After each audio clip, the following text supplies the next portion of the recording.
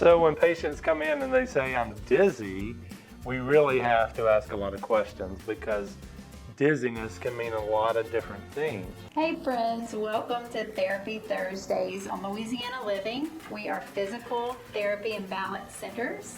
I am Angela Yarborough and this is Dr. Jerry Yarborough. Hello. And today we are going to talk about dizziness.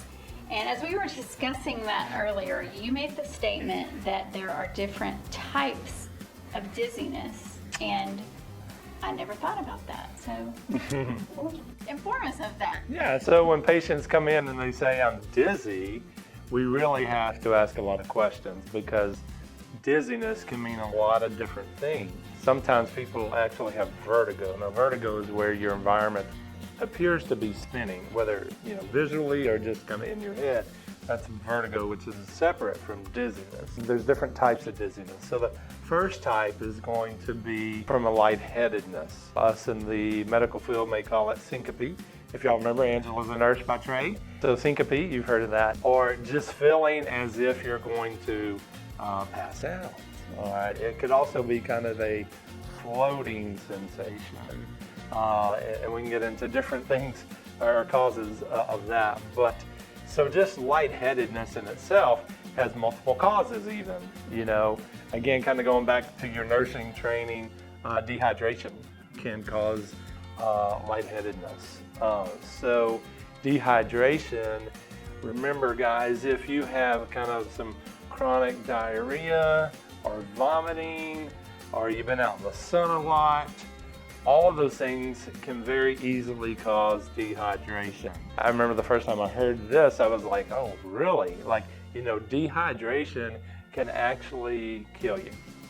And as a nurse, you know that. But so from dehydration, you have an imbalance of your electrolytes.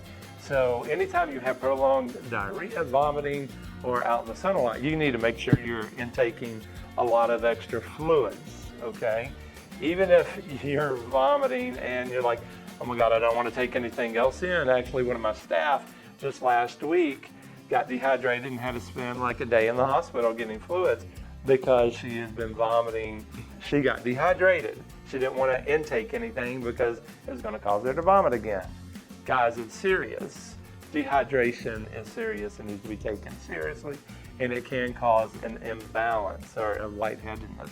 Okay, so then also another reason for lightheadedness could be orthostatic hypotension, another thing in your nursing background, which is a sudden drop in your blood pressure. Now, many things can cause that, but if you get like a wooziness or lightheadedness when you go from laying down to sitting up, or setting up to standing up, you really have to be very cautious because you can pass out. And many times people jump up and they go across the room and it hits them across the room and they end up falling.